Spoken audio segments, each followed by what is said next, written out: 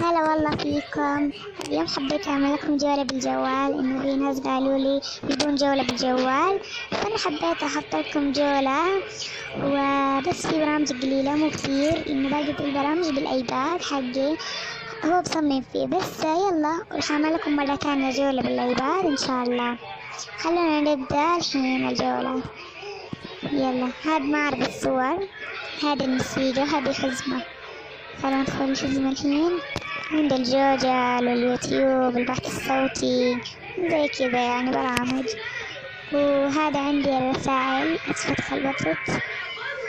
وهذا مصباح اليدوي، هذا الحزمة، هذا الإعدادات، هذا الحاسة، هذه الساعة.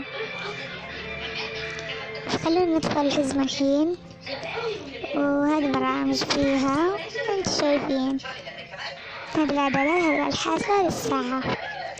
وهذا الاثنين لعب، هذا الفيديو شو، وهذا مغير الصوت، وهذا السماع، وهذا الواتساب، وهذه الكاميرا، وهذا الاسماء، وهذا الهاتف.